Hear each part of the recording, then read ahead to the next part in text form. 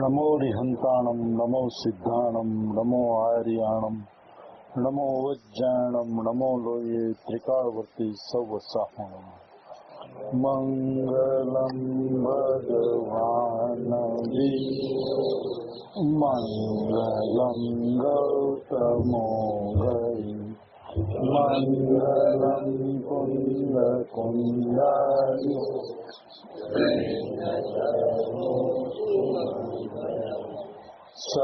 सर्वमंगल्य मांगल्यम सर्वकल्याणकारकम् प्रदानं सर्वधर्माणां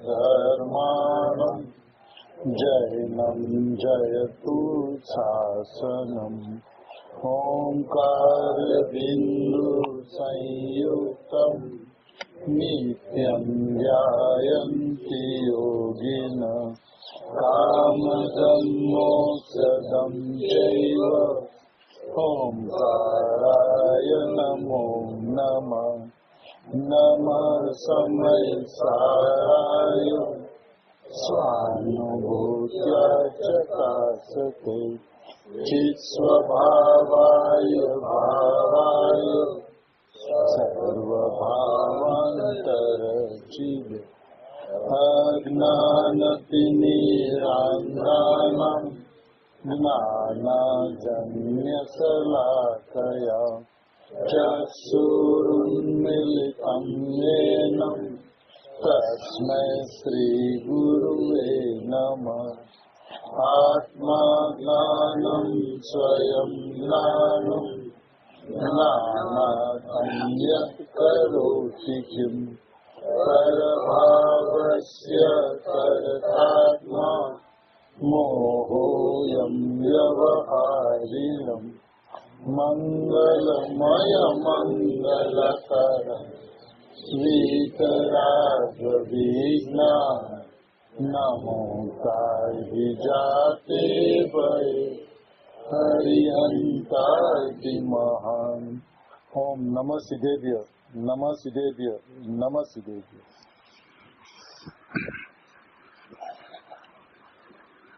कुन आचार्य भगवान द्वारा रचित वे मंगलमय ग्रंथाधिराज समयसार जी परमागम और उनकी आत्मख्याति नामक टीका के रचयिता अमृतचंद्र आचार्य भगवान एवं कुन आचार्य भगवान और अमृतचंद्र आचार्य भगवान को सर्वज्ञ भगवान के साथ में भरत क्षेत्र में यहाँ पर अपने बीच में उतार कर सर्वज्ञ तो स्वरूप का भान कराने वाले पूज्य गुरुदेव श्री की मंगलमय अमृत वाणी, जिस वाणी ने इस युग में केवल ज्ञानी और केवल ज्ञान दोनों को यहाँ पे उतारा है। गुरुदेव श्री की महिमा जितनी की जाए, जिस तरह से की जाए, कम है। जब अपन ये बात कहते हैं कि अपने लिए पूज्य गुरुदेव श्री अनंत तीर्थंकर से अधिक है, तो सही में ये बात मायने रखती है। कहने के लिए नहीं कहते, गुरुदेव श्री को अच्छा लगे उसलिए नहीं कहते, लेकिन अपने भाव से, अपने अंतरंग से, अपनी समर्पणता से गुरुदेव श्री के प्रति ये जो उद्गार जो निकलते हैं, तो सही में गुरुदेव का इतना उपकार है, जिसके वजह से असंख्य जीव सादी अनंत काल तक मोक्ष में विराजमान होंगे। उनका निमित्तपना जिस महापुरुष को हो, उसको कोटि कोटि प्रणाम के अलावा और क्या कह सकते हैं। जितना भी कहे, जिस तरह से भी कहे, हमेशा कम ही महसूस होता है। ऐसा लगता है कि गुरुदेव के संदर्भ में कुछ कहा ही नहीं।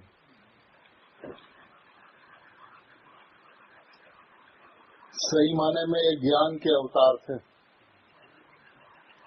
उनके अंतरंग में ज्ञान का समुद्र हमेशा उछला करता था, और उस ज्ञान समुद्र के अंदर में बारंबार डुबकी लगाकर भगवान आत्मा का अनुभव कर भगवान आत्मा के स्वरूप को बतलाते थे। ज्ञायक भाव पे लाकर छोड़ देते थे। कहीं से भी बात चले, किसी भी विषय पे चले, लेकिन बात एक जगह पर आकर रुकती थी, ज्ञायक परमात्मा के ऊपर में, भगवान आत्मा के ऊपर में। ऐसे गुरुदेव श्री ये कहते हैं कि भाई व्यवहार नहीं એટલે ભેદને અને અસદભૂતને જાણનારું નહીં તેને વ્યવહાર नहीं कहिए। 11वीं गाथा को जैन दर्शन का प्राण इसलिए कहा गया कि सही में व्यवहार नहीं का पक्ष किस किस तरह से जीव के अंतरंग में घुस जाता है तो जीव को खुद को ही पता नहीं चलता। जैसे अपन यह कहे कि सम्यक दर्शन करना हो तो आपको शुद्धात्मा की धुन होनी चाहिए। जिसको शुद्धात्मा की धुन होती है उसे सम्यक दर्शन प्राप्त होता है।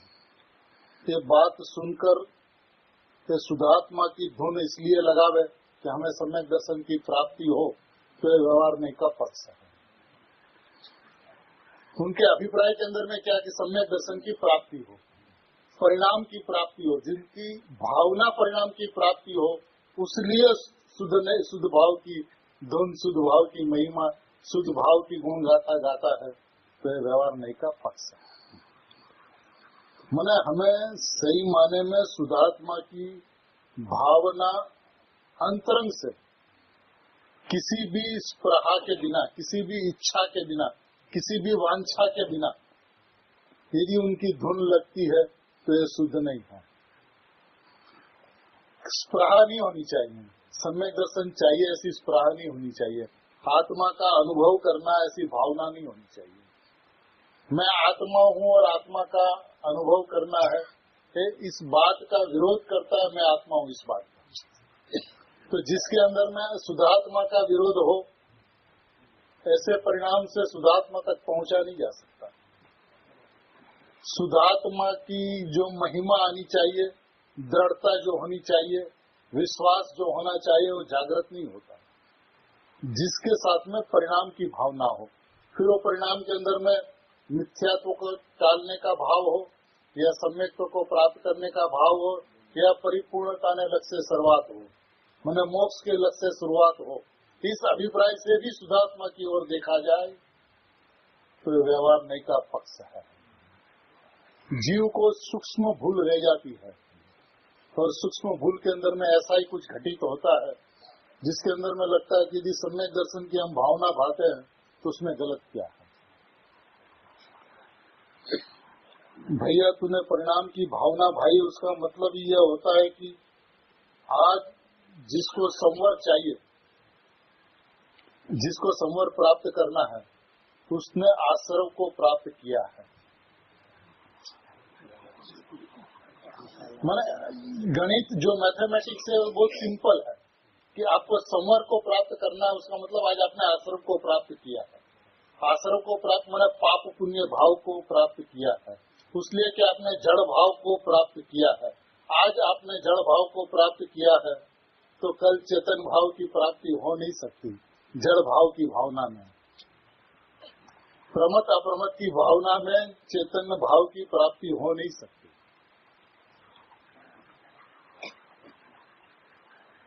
जहाँ गुण गुणी के भेद में चेतन भाव की प्राप्ति नहीं हो सकती, वहाँ परिणाम की प्राप्ति की भावना करे और अपरिणामी प्रकट हो जाए। बाबूजी के शब्दों में कहा जाए तो अपरिणामी इतना निकम्मा नहीं है।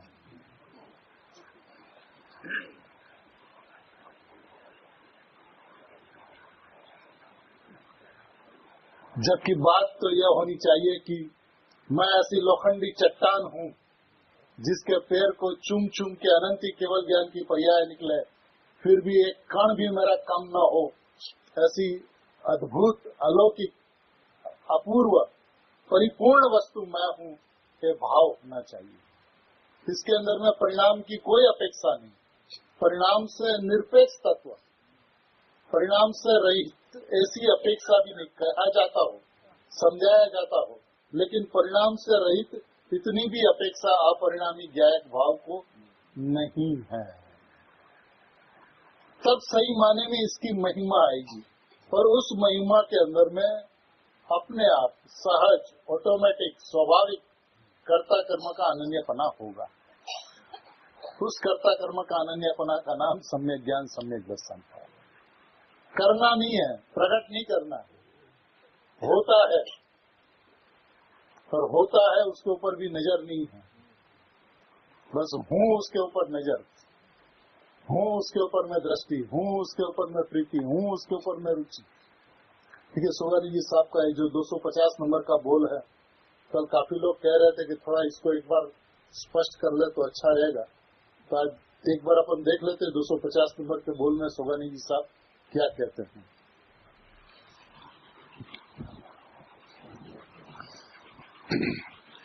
प्रश्न यह है कि आत्म प्राप्ति केम थाई। इस सारे जीवों का, सारे मुमुक्षु समाज का प्रश्न है कि आत्म प्राप्ति कैसे हो। इस विषय में जिज्ञासा पूर्वक पूछे हुए प्रश्न का यह विस्तृत उत्तर है। रुचिमा खरेखर पोतानी जरूरत लागे। रुचि में खरेखर वास्तविकतया अपनी जरूरत लगे। उसका मतलब यह है कि आज तक अपनी जरूरत लगी नहीं, उसलिए उसकी रुचि नहीं हुई। क्योंकि रुचि का नियम ऐसा है कि आपको अपनी रुचि हो तो क्या होता है, रुचि में खरेखर अपनी जरूरत लगे तब ત્યારે પોતાની વસ્તુની પ્રાપ્તિ થયા વિના રહે नहीं। रुचि में अपनी जरूरत लगे तब अपनी वस्तु की प्राप्ति हुए बिना रहे नहीं, ऐसा रुचि का नियम है। स्वभाव की रुचि हो, त्रिकाल स्वभाव की, पर्याय स्वभाव की नहीं, त्रिकाल स्वभाव की रुचि हो और उस रुचि के अंदर में स्वभाव की प्राप्ति न हो, ऐसा नहीं होता। तो उसका मतलब सही मायने में आज तक भगवान आत्मा की रुचि ही नहीं लगी। देखिए, भाषा में बोलना, शब्दों में बोलना, धारणा में लेना, ये एक बात है। लेकिन यदि आज मुमुक्षु समाज को यह पूछा जाए कि भैया आप 2-4 घंटा स्वाध्याय तो कर लेते हो, 3 बार गुरुदेव की वाणी सुन लेते हो, घंटा 2 घंटा निजी स्वाध्याय भी कर लेते हो, लेकिन एकांत में अपना आत्मा को कितना पूछते हो। तो अभी एक अपने मुमुक्षु समाज के काफी चित परिचित विद्वान से मुलाकात हुई थी और उनकी सारे दिन की प्रवृत्ति मैंने कलकत्ता में देखी। तो मैंने उन्हें एक प्रश्न पूछा कि भाई साहब एक बात आप बताओ कि 24 घंटों के अंदर में आपको अपने लिए कितना समय मिलता है। बोला मैं समझा नहीं, मैं आपको अपने लिए, मैंने आप एकांत में अपने आत्मा के साथ कितने घंटे बात करते हैं। तो उनका उत्तर यह था कि भाई सच बताओ, तो एकदम आप सच बताओ, जो है वैसा बताओ। तो बोला बिल्कुल समय नहीं मिलता। क्यों, ऐसा क्यों? तो बोला बात तो ऐसा है कि पूरा साल घूमने रहता है, आज इधर तो कल उधर। अब जहाँ जाते हैं वहाँ की सभा कैसी है, वहाँ के श्रोता कैसे है, उसको अपनी बात किस तरह से समझावे कि उसको इस मार्ग के अंदर में लग जाए, ऐसा विकल्प बना रहता है। और जब ऐसा विकल्प बना रहता है तो पूरे दिन तैयारी भी वही चलती है कि आज कौन सी बात ले, कौन से दृष्टांत ले, कौन से सिद्धांत को समझावे, तब जाके अगला समझ ले। तो उनका पूरा दिन का नित्य क्रम यह हो जाता है कि जगत को समझावे। अपन समझे या न समझे, लेकिन जगत को समझा के जाए। मैंने पूरे जगत की ठेकेदारी आजकल विद्वानों ने ले रखी है। अपना ठिकाना नहीं और जगत को ठिकाने लगाने के लिए बैठ गए, तो ये मार्ग के अंदर में चल नहीं सकता। यहाँ किसी को ठिकाने नहीं लगाना है, सब अपनी योग्यता से ठीक ठिकाने पे लग जाएंगे। गुरुदेव मिले हैं, जैन दर्शन मिला है, देव शास्त्र गुरु मिला है, तो अपनी योग्यता से ठीक जीव लाइन पर आकर, मार्ग पे आकर, शुद्धात्मा को पाकर मोक्ष चला जाएगा। उसकी चिंता आप मत करो, आप तो अपनी चिंता करो कि आप घंटे 2 घंटे 5 घंटे एकांत में अपने लिए बिठाते हो कि नहीं बिठाते? यदि आपको अनंत काल सिद्ध दशा में रहना है तो 2 4 5 घंटा यदि एकांत में नहीं बिताया, वन जंगल में नहीं गए, एकांत में नहीं बिठाया माने वन जंगल हो गए, वन जंगल माने एकांत, जहाँ पे सारा परिवार कुटुंब समाज कुछ दिखे नहीं और चिंतन चले, घोलन चले, मनन चले, विचार चले, तो शुद्धात्मा का। और यदि ये विचार के अंदर में, चिंतन के अंदर में आप बैठ भी गए तो कितना समय शुद्धात्मा के ऊपर विचार चलता है? 5 मिनट, 10 मिनट, 15 मिनट, आधा घंटा, 1 घंटा, कितना चलता है? यदि खुद स्वयं बैठे तब पता चले कि शुद्धात्मा की रुचि कितनी। शुद्धात्मा की रुचि हो तो 2 4 घंटा चिंतन चल जाए, और ऐसी रुचि के अंदर में शुद्धात्मा जवाब न दे, ऐसा हो नहीं सकता। कि मार्ग अपना है, अपने लिए है, सब स्वाधीन है, सब स्वतंत्र है, सब अपनी योग्यता लेकर आए हैं और योग्यता लेकर चले जाएंगे। देखिए, पुराने जमाने के अंदर में यदि अपने जैन दर्शन के हिसाब से देखें तो पंडित तो उन्हें कहा जाता था जो ज्ञानी थे। टोडरमल जी, दौलत राम जी, बनारसी दास जी, राजमल जी, जितने भी हो गए, जो भी माने पंडित जहाँ नाम लगा वहाँ ज्ञानी। और आज क्या, शास्त्र पढ़ लिया तो हो गया पंडित। मैंने सर्वसम की मुख्यता से सारी बात को गिनती में होने लगी, जबकि जैन दर्शन ऐसा नहीं। उसलिए जब हम लोग छोटे छोटे जब दोनों बहनों के पास में जाते थे तो उनका उपदेश यह रहता था, वर्तमान परिस्थिति को देखते हुए, कि આપણને ગુરુદેવ મળ્યા છે, સમયસારજી મળ્યું છે, દેવશાસ્ત્ર ગુરુ મળ્યું છે, તો જ્ઞાની થવા માટે મળ્યું છે, पंडित થવા માટે નથી મળ્યું। गुरुदेव मिले हैं ज्ञानी होने के लिए, गुरुदेव मिले पंडित होने के लिए नहीं। मैंने अपने को सही रास्ते पे चलना है, जिसके अंदर में अपनी शुद्धात्मा की भावना को पोषण मिले, जिसके अंदर में आत्म भावना भावता जीव लहे केवल ज्ञान। वो भावना राग की भावना नहीं है, स्वभाव की भावना है। स्वभाव के अंदर में रत रहना है, स्वभाव के अंदर में लीन रहना है। उस भावना से केवल ज्ञान की प्राप्ति होती है।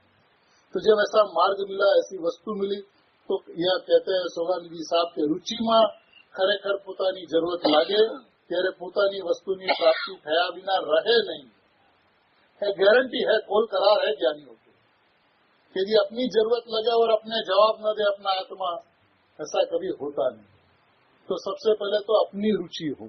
हमें अपने शुद्धात्मा के अलावा किसी से कोई संबंध नहीं, कोई ताल्लुकात नहीं। उसलिए ज्ञानियों ने एक अस्त्र दिया मुमुक्षु समाज को। कौन सा? आचार्य भगवान का अस्त्र। और अस्त्र यह है, नास्ति सर्वोपि संबंध। सबसे बड़ा ब्रह्मास्त्र है जो कर्ता कर्म संबंध की नास्ति बतलाता है, निमित्त नैमित्तिक संबंध की नास्ति बतलाता है, ज्ञाता ज्ञेय संबंध की नास्ति बतलाता है। संबंध 3 प्रकार के, कर्ता कर्म, निमित्त नैमित्तिक और ज्ञाता ज्ञेय। किसी के साथ में मेरा कोई कर्ता कर्म संबंध नहीं है। मैं द्रव्य कर्ता और परिणाम कर्म ऐसी व्यवस्था नहीं। परिणाम का कर्ता कर्म परिणाम में, जब परिणाम के साथ में कर्ता कर्म संबंध नहीं तो पर द्रव्य के साथ में कर्ता कर्म संबंध का तो प्रश्न ही नहीं उठता। एक बात है। दूसरी बात, निमित्त नैमित्तिक। देव गुरु शास्त्र हमारे निमित्त और उसके लक्ष्य से उत्पन्न होने वाले राग रूप नैमित्तिक संबंध भी नहीं। देव शास्त्र गुरु को भी देखना है तो उनके उपादान से देखना है, और अपने को भी देखना है तो अपने त्रिकाल उपादान से देखना है। एक पर्यायी भी क्षणिक उपादान है, उस क्षणिक उपादान यानी स्वाभाविक रूप जो परिणमन होता है, उस परिणाम को किसी की भी अपेक्षा नहीं, किसी की भी जरूरत नहीं, किसी की भी आवश्यकता नहीं। तो निमित्त नैमित्तिक संबंध नहीं, क्षणिक उपादान और त्रिकाल उपादान। पर्याय को देखे तो क्षणिक उपादान से देखे, और मैं द्रव्य हूँ ऐसा देखे तो त्रिकाल उपादान से देखे। तो मैंने इधर भी उपादान, अंदर में भी उपादान, बाहर में भी उपादान, उसके अंदर में भी उपादान। मैंने उपादान उपादान उपादान उपादान के अलावा और कुछ न दिखे। वहाँ पे देखिए भावक भाव का संबंध समाप्त हो जाता है, और जगत मेरा ज्ञेय और मैं उनका जानने वाला। ये संबंध भी गलत है बिल्कुल। उसलिए 271 कलश के अंदर में स्वयं ज्ञान, स्वयं ज्ञेय और स्वयं ज्ञाता, यानी कि यहाँ तक कि मैं जानने वाला ज्ञान और ज्ञायक मेरा ज्ञेय, ऐसा भी नहीं, ये संबंध भी नहीं। मैं जानने वाला ज्ञान और लोक मेरा ज्ञेय, ऐसा तो है नहीं, लेकिन मैं जानने वाला और ज्ञायक मेरा ज्ञेय, ऐसा भी जब तक दिखेगा, ऐसा भी जब तक समझ में आएगा, तब तक व्यवहार खड़ा रहेगा। मैं ज्ञायक, मैं ज्ञाता, तो ज्ञान के संबंध समाप्त हो गया। तो ये सारे के सारे संबंध किसी के साथ किसी भी प्रकार का संबंध हमें नहीं है। मैं एक स्वतंत्र शुद्ध परिपूर्ण वस्तु हूँ, ऐसा विश्वास आए बिना, ऐसा विश्वास हुए बिना शुद्धात्मा की रुचि जागृत नहीं हो सकती। यहाँ पे निमित्त नैमित्तिक संबंध बांधता रहे और आत्मा की रुचि जागृत होती रहे, ऐसा नहीं हो सकता।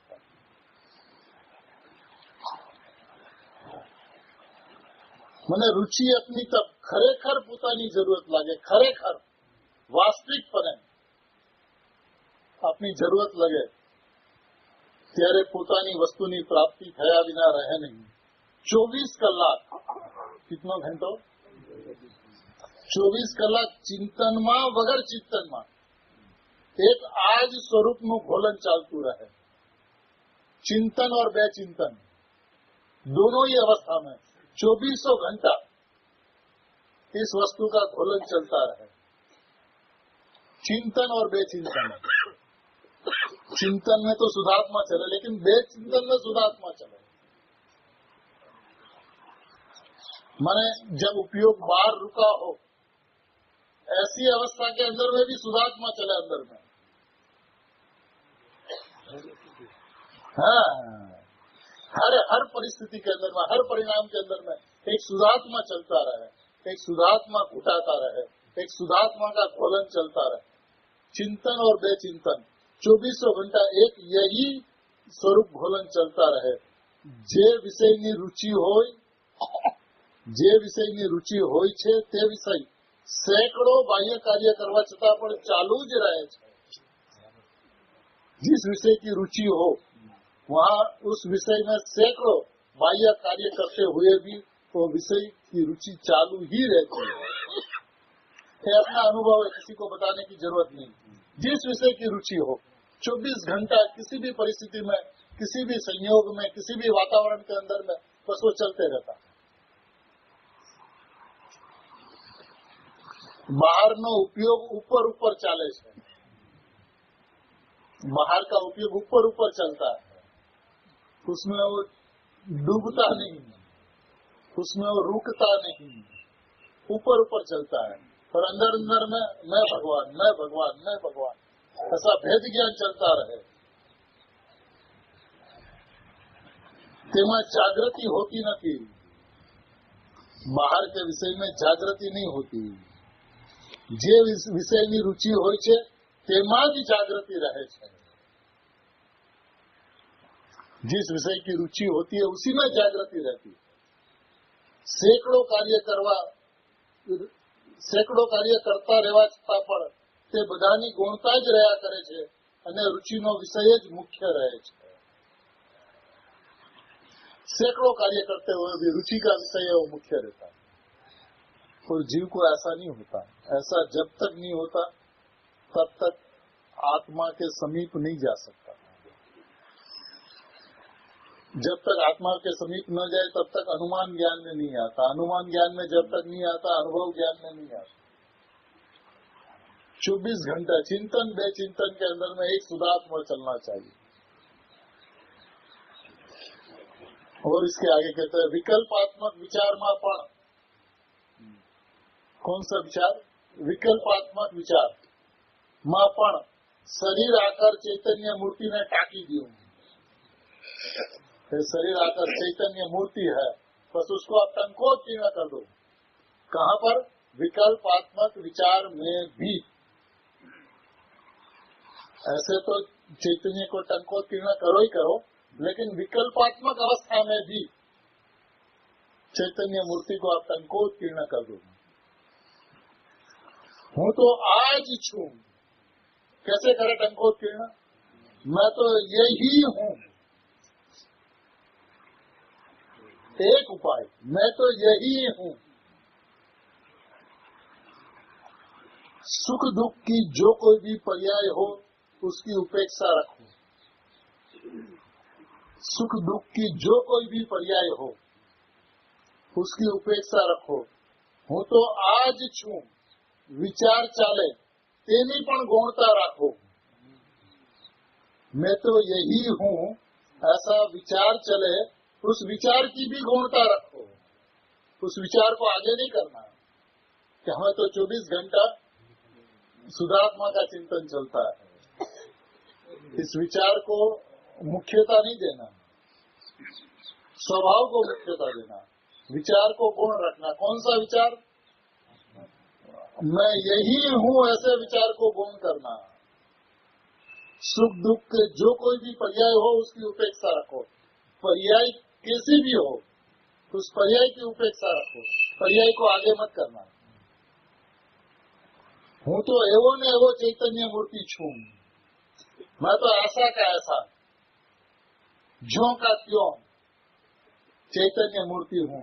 बस आज दृढ़ता करता रहो, यही को दृढ़ करते रहो। बस मैं यही चैतन्य मूर्ति हूँ, ऐसा का ऐसा चैतन्य मूर्ति हूँ, जिसके अंदर में से कुछ आता नहीं, जाता नहीं, पलटता नहीं, बदलता नहीं, आगे पीछे कुछ होता नहीं, अनेकाकार होता नहीं, एकाकार रूप रहता हुआ, ज्यों का त्यों अनादि अनंत, न शुद्ध न अशुद्ध,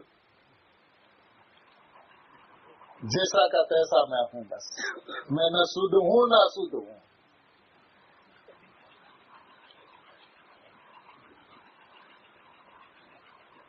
क्या उलट पुलट की बातें चलती है, शुद्ध नहीं अशुद्ध नहीं।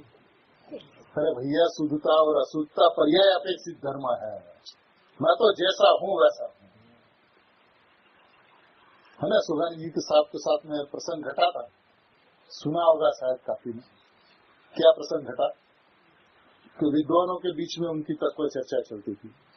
सुभान जी साहब के पास में तो वही पूछते थे जो तत्व को समझे, तत्व की गहराई को जो समझते हो उनके पास जाते। और फिर इनकी बात ऐसी आवे, अलट पलट अगम निगम कुछ समझ में ही नहीं आवे, कहाँ से क्या बात कर दे। तो एक विद्वान जो अपने गांव में रोजाना स्वाध्याय करते थे, उन्होंने एक प्रश्न पूछा। साहब, आत्मा शुद्ध है क्या? विद्वान का प्रश्न था कि आत्मा शुद्ध है क्या? तो फरारी जी साहब ने उत्तर दिया कि आत्मा शुद्ध नहीं है। तो फिर दूसरा प्रश्न पूछा गया कि साहब फिर क्या आत्मा अशुद्ध है क्या? जब शुद्ध नहीं है तो अशुद्ध है क्या? तो सुभानी साहब का उत्तर देना, आत्मा अशुद्ध भी नहीं है। अच्छा, शुद्धा शुद्ध है आत्मा। द्रव्य दृष्टि से देखा जाए तो शुद्ध, और पर्याय दृष्टि से देखा जाए तो अशुद्ध, निश्चय से देखा जाए तो शुद्ध, और व्यवहार से देखा जाए तो अशुद्ध, ऐसा आत्मा है। तो सोमानी जी साहब का उत्तर था, मैंने ऐसा कब कहा? साहब, आप शुद्ध में मना कर रहे हो, अशुद्ध में मना कर रहे हो, शुद्धा शुद्ध में भी मना कर रहे हो, तो फिर है कैसा? जैसा है वैसा है। न शुद्ध है, न अशुद्ध है, न शुद्धा शुद्ध है, जैसा है वैसा है। अपेक्षा लगाकर वस्तु को नरम मत करो। अपेक्षा लगाते वस्तु ढीली होती है। निरपेक्ष वस्तु को जैसी है वैसे रहने दो। बस वही मैं हूँ, बस यही दृढ़ता करते रहो। फिर कहते सांभळू, शास्त्र वाचू, सुनना, शास्त्र स्वाध्याय वगैरह सभी की गौणता होनी चाहिए। देखिए, आत्म प्राप्ति का उपाय का एक उपाय है,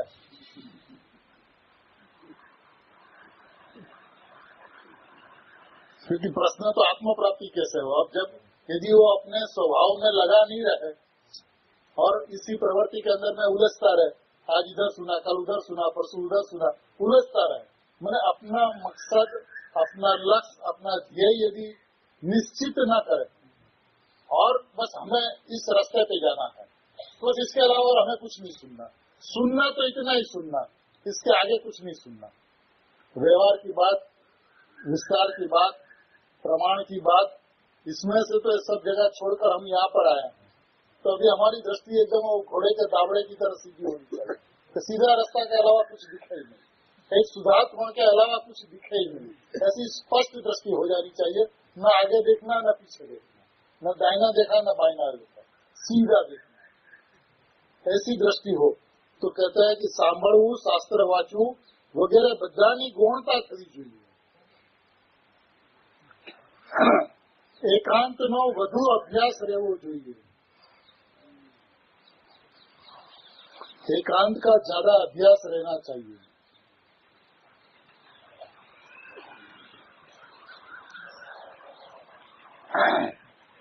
सही में मैं जो कुछ भी कहता हूँ अपनी कोई बात नहीं करता, चाहे गुरुदेव ने की हो, ज्ञानियों ने की हो, सोगानी जी ने की, कोई बात आपके समक्ष रखता हूँ। एकांत में વધુ अभ्यास રહેવો જોઈએ। आ सम्यक तो प्राप्त न थयूं, अभी तक तो बात यह की रुचि हो अपने स्वभाव की, विकल्पात्मक में भी चैतन्य मूर्ति को टाक दो, पर्याय की उपेक्षा रखो, सुनना, शास्त्र वांचन करना है, सबकी गुणता रखो, एकांत का ज्यादा अभ्यास करो, अभ्यास रहना चाहिए। फिर कहते हैं अब यह सम्यक तो प्राप्त न हुआ तो जीव निगोद में चला जाएगा। ऐसे निगोद के भय से अपना कार्य करना चाहे। अभी यहाँ पे सम्यक दर्शन नहीं हुआ, आत्मज्ञान नहीं हुआ, तो पता नहीं कहाँ चले जाएंगे निगोद तक। इस डर से सम्यक दर्शन करना चाहे तो कहते हैं गलत है। परंतु अभिप्राय में निगोद की अवस्था हो या सिद्ध की,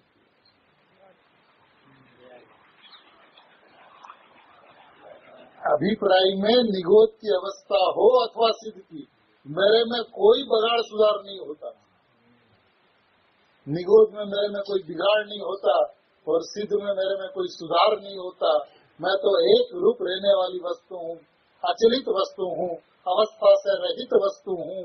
ऐसी श्रद्धा जम जानी चाहिए।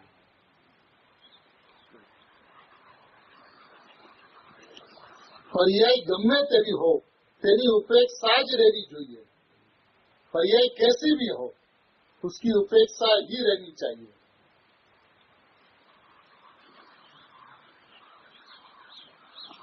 परद्रव्य के साथ में तो कोई संबंध ही नहीं, इतनी बात का तो पक्ष होना चाहिए।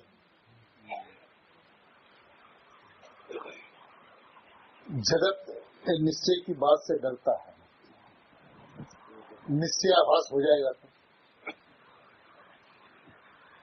ऐसे डर रखने वाले मुमुक्षुओं से सीधा एक प्रश्न है कि अनादिकाल से क्या है? व्यवहाराभास। ठीक है, और व्यवहाराभास के अंदर में आज तक क्या स्थिति रही सबको पता है। और यदि निश्चय की बात करते हुए यदि निश्चयाभास हो भी जाए तो फर्क क्या पड़ेगा? स्थिति तो वही की वही बनी रहेगी ना। व्यवहाराभास की जो स्थिति थी, निश्चयाभास की भी वही स्थिति रहेगी। लेकिन एक बार निश्चय के पक्ष में आकर तो देख कि उसकी मस्ती क्या होती है। और जो सही में एक प्रश्न एक ज्ञानी धर्मात्मा को पूछा गया था कि साहब हम लोग इतनी निश्चय की बात करते हैं तो फिर निश्चयाभासी तो नहीं हो जाएंगे ना? तो उनका उत्तर यह था, तुम्हें गुरुदेव ने मानो छो? हाँ, गुरुदेव को मानते हो? हाँ, सब मानते हैं ना। गुरुदेव हृदय में है ना? सब गुरुदेव बिल्कुल हृदय में है। मंदिर जाते हो? सब जाते हैं ना, मंदिर रोज जाते हैं। स्वाध्याय करते हो? सब 4 घंटा स्वाध्याय करते हैं। तो ये सब तो निश्चय हुआ होगा। गुरुदेव को मानना, गुरुदेव को हृदय पे रखना, मंदिर जाना, स्वाध्याय करना, है निश्चय है क्या? व्यवहार है ना। तो इतना व्यवहार जिनके जीवन के अंदर में हो उसको निश्चयाभास होगा। 3 काल में उसको निश्चयाभास नहीं हो सकता, वो निश्चय का अभ्यास ही होगा, ज्ञानी हो जाएगा। डरो मत निश्चयावास से।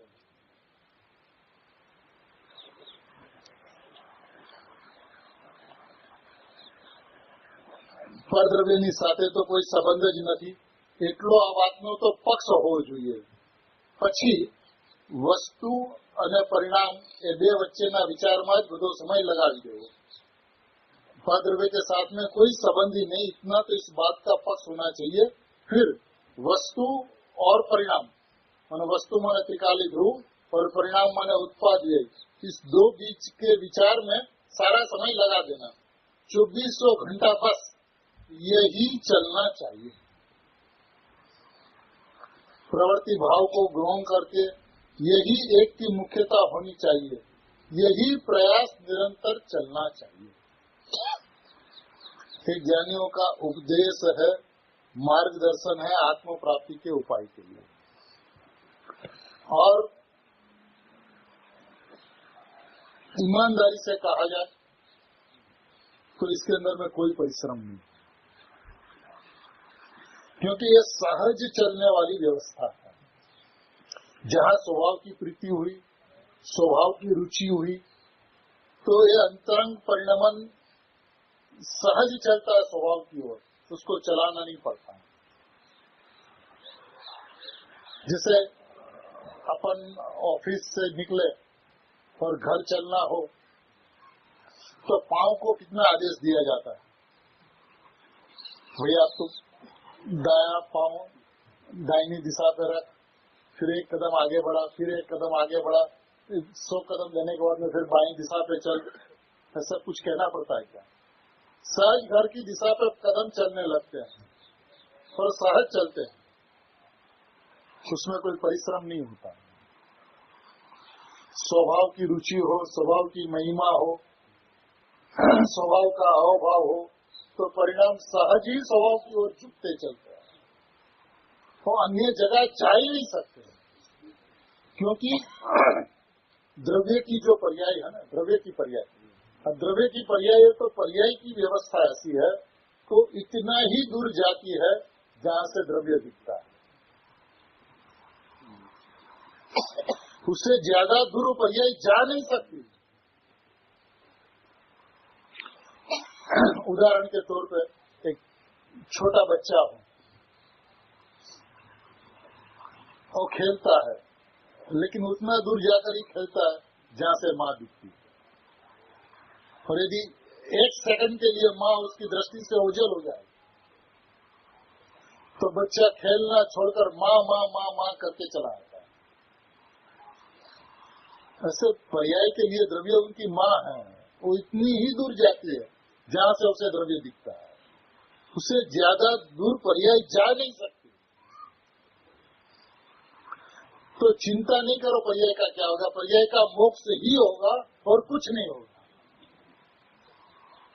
डरो मत. मार्ग निर्भयता का है, मार्ग निसंगता का है. निसंगता और निर्भयता के बिना सुधात्मा में आया नहीं जा सकता. निर्भय, श्रीमद जी कहते हैं निर्भयता से निसंगता होती है और निसंगता से निसंगता होती है. निसंग असंग में चले जाते हैं, जहाँ निसंग हुआ तो असंग में चला गया. अब यहाँ पे अपना मूल विषय व्यवहार नहीं એટલે ભેદને અને અસદભૂતને જાણનારું નહીં તેને વ્યવહાર નહીં કહીએ. जीव को ऐसा लगता है कि आप व्यवहार को झूठा क्यों कहते हैं. आचार्य भगवान का और गुरुदेव श्री का कहना ऐसा है कि जो त्रिकाली में पाया नहीं जाता, जो त्रिकाली में देखा नहीं जाता, जो त्रिकाली में दृष्टि में नहीं आता, वो सारा का सारा व्यवहार असत्य, अभूतार, झूठा है.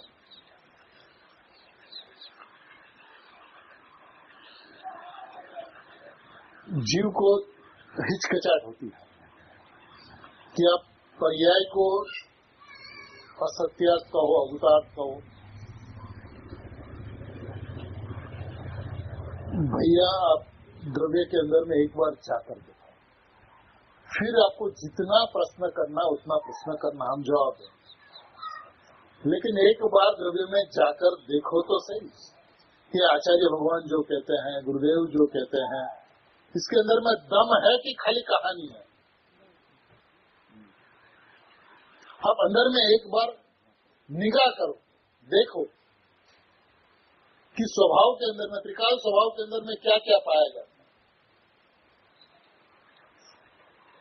तो आचार्य भगवान कहते हैं कि न पर्याय पाई जाती है, न गुणभेद पाए जाते हैं, न खंड खंड कुछ पाया जाता है।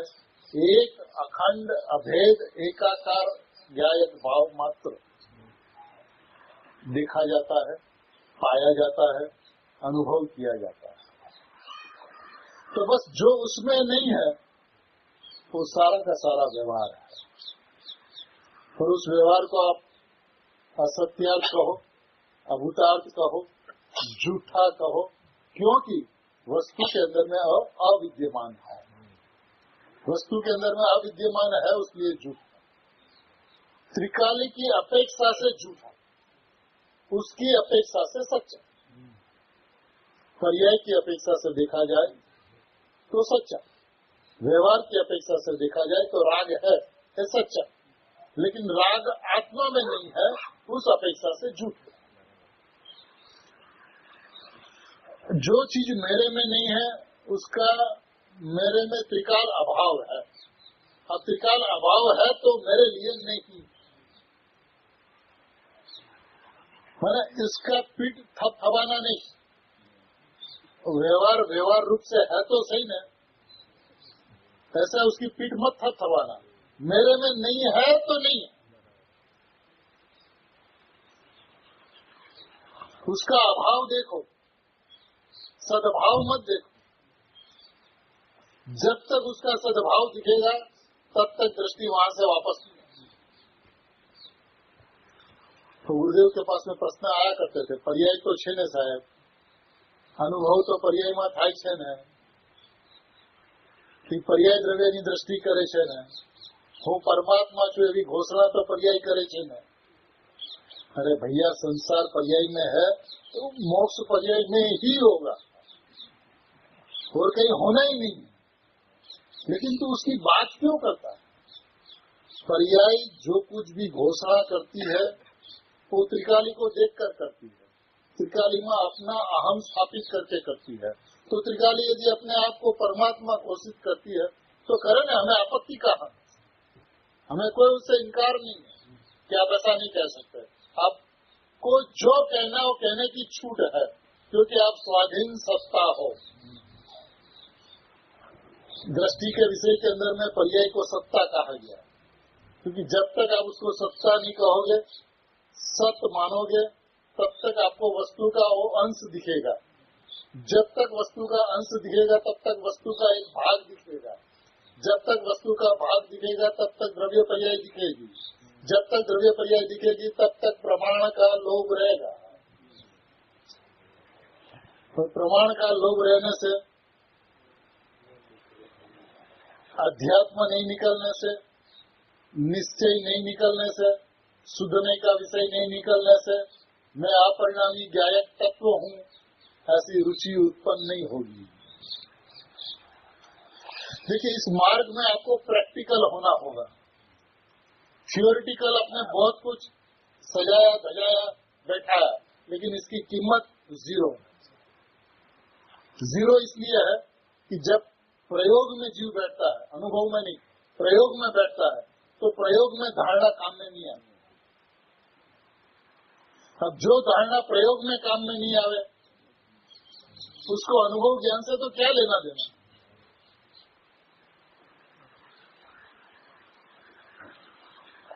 तब जिसके साथ में अपने को कुछ लेना देना, सुमन साहब ने कहा ना कि जिस दिन से वो बात सुनी कि केवल ज्ञान के अंदर में लोकालोक दिख जाता है, तब से अपना शास्त्र पढ़ने का विकल्प ही समाप्त हो गया। अब जब केवल ज्ञान होगा तो लोकालोक को जान लेंगे, सब कुछ जानने में आ जाएगा। देखिए, है प्रश्न यहाँ से।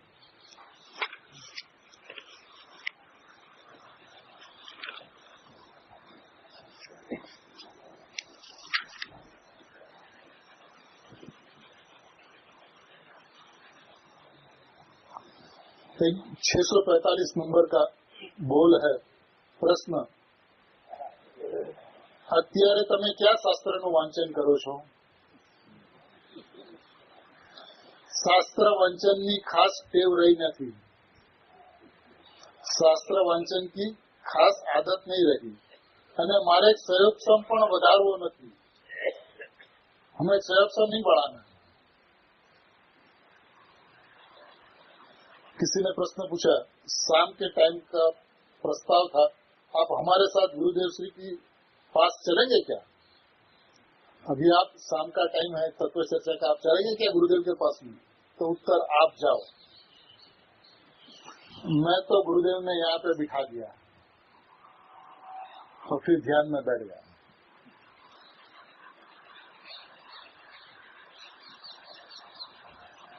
जिसने नायक गुरुदेव को देखा है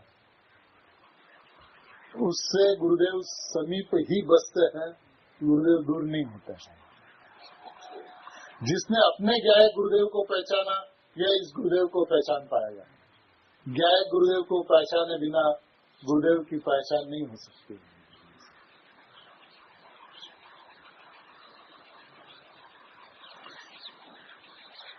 किसी एक मुमुक्षु ने कहा, हमारे भणવું નથી, मुनि થવું છે, हमें पढ़ना नहीं है शास्त्र इत्यादि, हमें पढ़ना नहीं है, हमें मुनि होना है। किसी मुमुक्षु ने ऐसे भाव व्यक्त किए शोभानिधि के साथ में, तो उन्होंने कहा कि हमारे न तो भणવું છે न मुनि થવું છે, અમારામાં કઈ થવાનો સવાલ જ નથી, હું તો જે છું તે છું। हमें न तो पढ़ना है न तो मुनि होना है, हमारे में कुछ होने का सवाल ही नहीं है, हम तो जो है सो है। ऐसी भावना में मुनिपना सहज होता है, मुनि होने की भावना में मुनिपना नहीं होता है। मैं जो हूँ सो हूँ, उसमें मुनिपना सहज प्रकट हो जाता है। आप सिद्धांत की बात तो बहुत अच्छी करते हैं, लेकिन सिद्धांत करने की भी बात नहीं आती, शब्द तो नहीं आता। जीतू भाई का प्रश्न ऐसा है कि सिद्धांत की बात तो बहुत अच्छी चलती है, लेकिन पुरुषार्थ की बात आप नहीं करते हैं। जबकि मैं अकर्ता स्वभावी भगवान आत्मा हूँ, जहाँ पर करने कराने की कोई व्यवस्था ही नहीं, वहाँ पे पुरुषार्थ करूँ का मतलब अनंती कर्तव्य है, और करने का मतलब होता है मरना। मैं पुरुषार्थ मूर्ति हूँ, उसका नाम अनंत पुरुषार्थ है, पहली बात। दूसरा न्याय, देखिए आज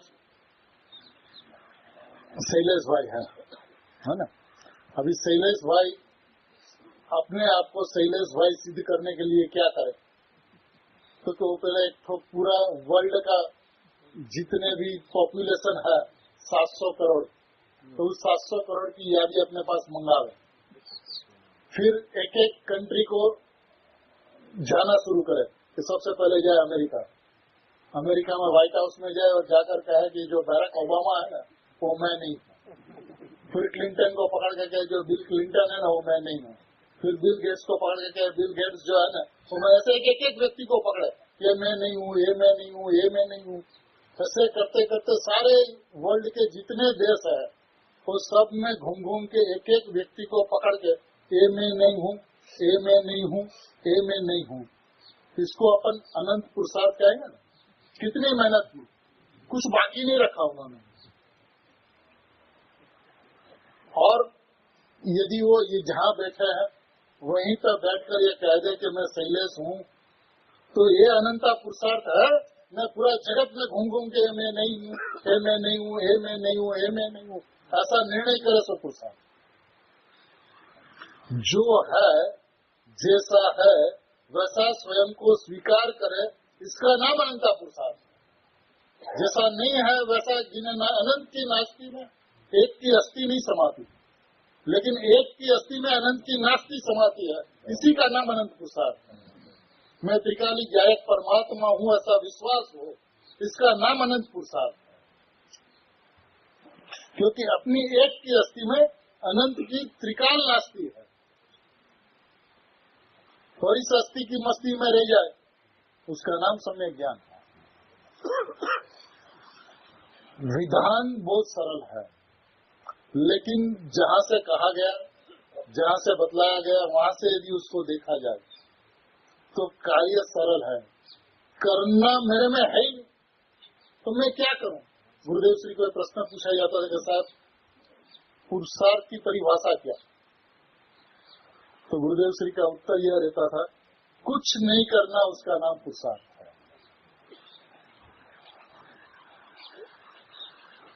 करना उसका नाम तो कर्ता बुद्धि है। आकर्ता स्वभाव से रह जाए, उसका नाम अनंता पुरुषार्थ। जैसा है वैसा रह जाए और उसके अंदर में परिश्रम नहीं होता। जैसा है वैसा रहे, उसमें क्या परिश्रम? लेकिन जैसा नहीं है वो सबके पास में जाकर ए में नहीं, ए में नहीं, ए में नहीं, ए में नहीं, तो ये जगत को पुरुषार्थ दिखता है। और जैसा है वैसा अपने आप को घोषित करे तो पुरुषार्थ नहीं दिखता है।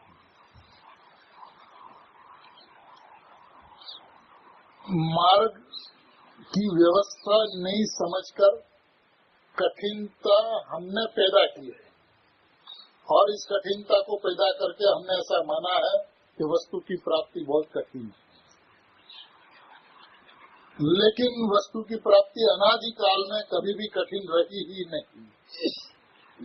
वस्तु की प्राप्ति कठिन है ऐसी समझ कठिन रही, लेकिन वस्तु की प्राप्ति कभी भी कठिन नहीं रही। स्वभाव के ओर से देखा जाए, भेद को और असद्भुत को जानने वाला जो नहीं है, वो व्यवहार में इतनी बात समझ में आ जाए तो बाकी क्या रहा? भेद को और असद्भुत को, भेद को और असद्भुत को जानने वाली नहीं को व्यवहार नहीं कहता। भेद वस्तु के अंदर में है नहीं, और असद्भुत तो असद्भुत ही है। असद्भुत तो असत है। असत है माने अविद्यमान है, अविद्यमान है माने झूठा है। अब झूठा है उसको झूठा जान ले, ऐसा नहीं जाना। झूठा को सच्चा कहे, ऐसा जीव के साथ अनादिकाल से बना है। और जो अपना है, जो अनादि अनंत है, जो स्वयं सिद्ध है, जो संपूर्ण है, जो परिपूर्ण है, वो मैं हूँ, इस बात का आज तक विश्वास नहीं है। व्यवहार नहीं એટલે ભેદને અને અસદ્ભુત નહીં જાણનારું નહીં, તેને વ્યવહાર નહીં કહીએ। ભેદને અને એમાં નથી ત્રિકાળીમાં, ભેદને અને એમાં નથી ત્રિકાળીમાં। भेद और जो व्यवहार में जिसको वो जानता है वो त्रिकाली में नहीं है। एवा ने जाननार नहीं ने, एवा ने जाननार नहीं ने व्यवहार नहीं कही। जो त्रिकाली में नहीं है उसको जानने वाले को व्यवहार नहीं कहता। अब जो त्रिकाली में नहीं है उससे हमें मतलब क्या, संबंध क्या? मैं त्रिकाली हूँ, अब जो त्रिकाली में नहीं है उसको जो जाने वो व्यवहार नहीं, उससे हमें संबंध क्या? इसलिए आचार्य भगवान कहते हैं ऐसा व्यवहार नहीं को असत्यार्थ अभूतार्थ झूठा जाना। मेरे में नहीं पाया जाता, मेरे में नहीं आता, मेरे में नहीं होता, भेद मेरे में नहीं होता, झूठा मेरे में नहीं होता, असत मेरे में नहीं होता। मैं तो सत स्वरूपी त्रिकाल भगवान आत्मा हूँ, बस इतनी ही वस्तु हूँ। ऐसी जो वस्तु है वो शुद्ध नहीं का विषय, उससे विरुद्ध जो कुछ भी है, जितना भी है, वो सारा का सारा व्यवहार नहीं का विषय।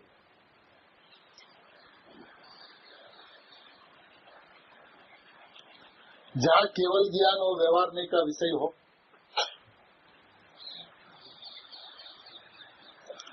और व्यवहार नहीं का विषय माने अवस्तु। मैं वस्तु, व्यवहार नहीं का विषय अवस्तु, माने व्यवहार नहीं का कोई विषय ही नहीं होता।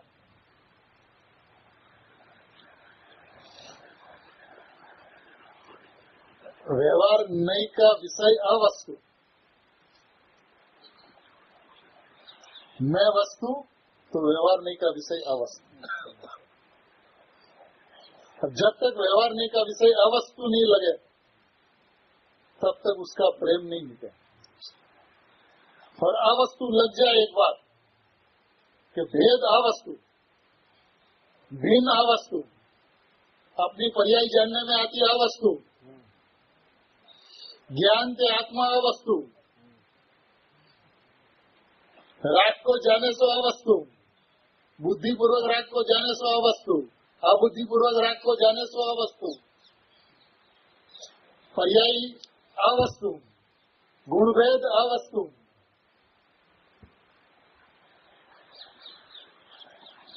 जब ये व्यवहार का विषय अवस्तु समझ में आता है, ऐसा कब होता है? जब शुद्धने का विषय वस्तु समझ में आता है। मैं शुद्धात्मा भगवान आत्मा मात्र वस्तु हूँ, ऐसा जिस वक्त समझ में आता है उस वक्त सारा का सारा विषय अवस्तु समझ में आता है। और जहाँ ऐसे शुद्धात्मा की रुचि हुई, प्रीति हुई, तो उस व्यवहार के विषय पे अरुचि अप्रीति हुए बिना रहेगी। अच्छा नहीं लगेगा कुछ, उस संयोग के बीच में होगी तो भी उसको वहाँ पे सुहाएगा नहीं, अच्छा नहीं लगेगा, पोसाएगा नहीं। तो सही में व्यवहार का विषय अवस्तु लगता है, ये बात सोचनीय है। जब तक व्यवहार का विषय अवस्तु नहीं लगेगा तब तक शुद्धात्मा की अद्भुतता अलौकिकता जितनी भी सुनी है, अंतरंग से उसकी महिमा नहीं है। यदि ऐसा लगे कि केवल ज्ञान अवस्तु है, केवल ज्ञान अवस्तु है ऐसा लगे तो ज्ञान स्वरूपी भगवान आत्मा वस्तु लगे।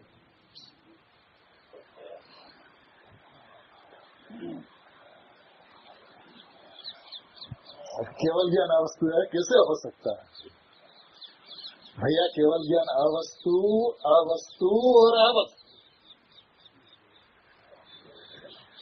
भगवान आत्मा वस्तु, वस्तु और वस्तु, है ना? दो स्पष्ट विभाग हो जाना चाहिए, तब व्यवहार का विषय झूठा लगेगा।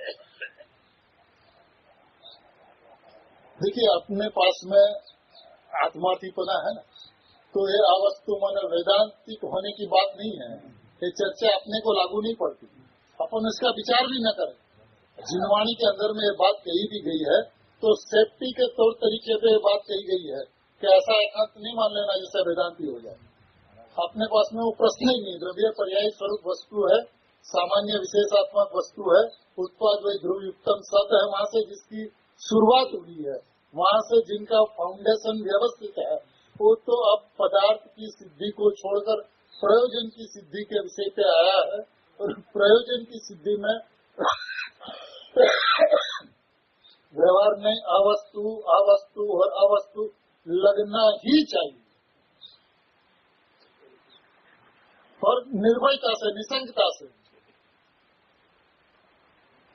उसके अंदर में केवल ज्ञानी खुश होंगे तेरे ऊपर, जगत खुश हो या न हो, जगत नाराज हो या कुछ भी कहे, लेकिन केवल ज्ञानी यानी अनंत केवल ज्ञानी यानी अनंत पंच परमेश्वर तेरे ऊपर खुश होंगे कि आइए मेरे कुल में।